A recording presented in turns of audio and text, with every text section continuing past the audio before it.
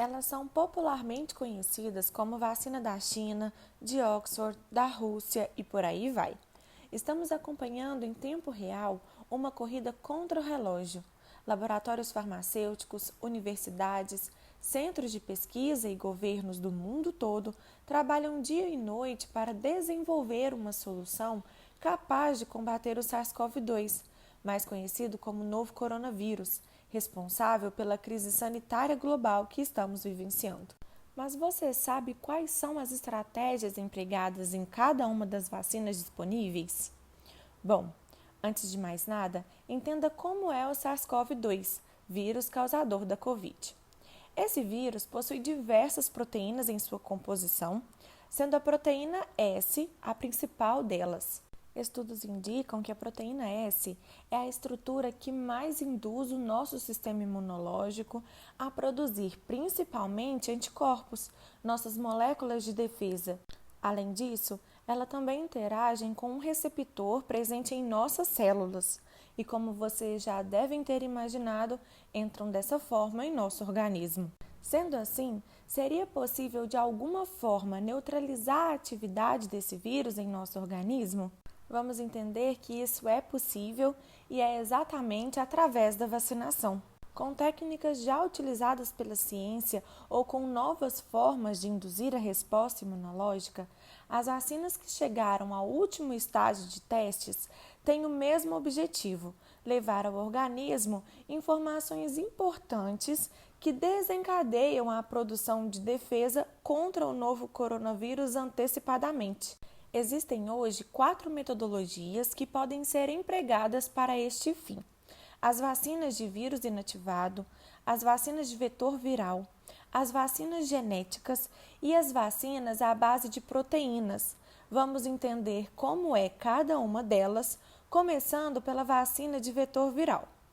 Para conseguir fazer com que o corpo produza principalmente anticorpos capazes de neutralizar a proteína S, essa vacina usa como vetor um vírus não replicante, ou seja, que não consegue se multiplicar.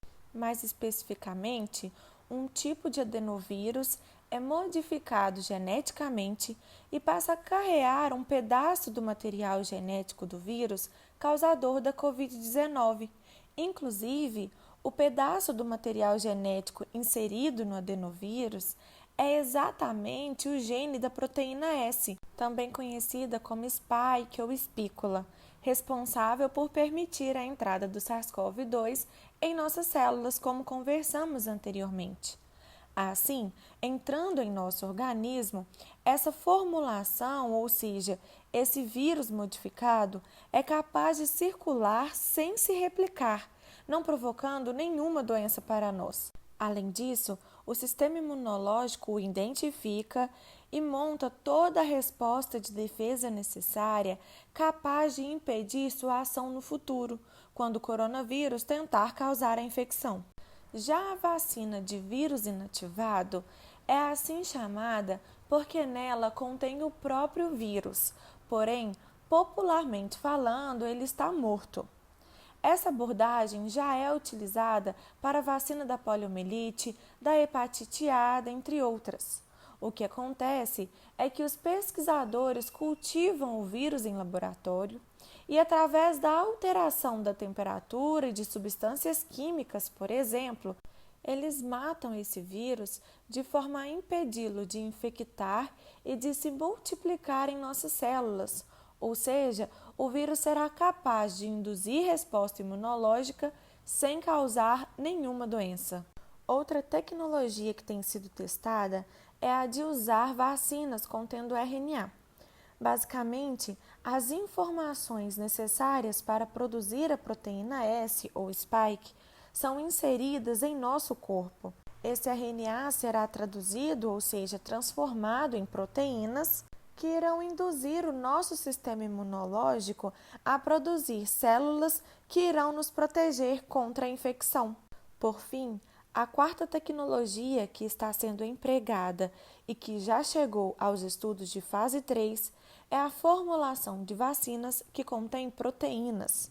Nesse caso, é proposta a injeção da proteína S e ou outras proteínas do novo coronavírus diretamente no nosso corpo. Assim, as vacinas são produzidas com o intuito de induzir o nosso organismo a produzir uma resposta imunológica através da produção de células que possibilitarão a produção de anticorpos, por exemplo. Fica claro que todas essas tecnologias que estão sendo empregadas são cientificamente comprovadas. Por fim, essas vacinas estão em fase 3, ou seja, estão sendo testadas em voluntários monitorados e cientes de todas as informações, seguindo os protocolos e etapas exigidas para qualquer formulação de outra vacina. Embora estejamos correndo contra o tempo, é válido que todos saibam que nenhuma etapa está sendo pulada. Após o término do estudo de fase 3 e a aprovação pela Agência Nacional de Vigilância Sanitária, a Anvisa, poderemos enfim nos proteger contra o novo coronavírus na esperança de controlar a pandemia da Covid-19.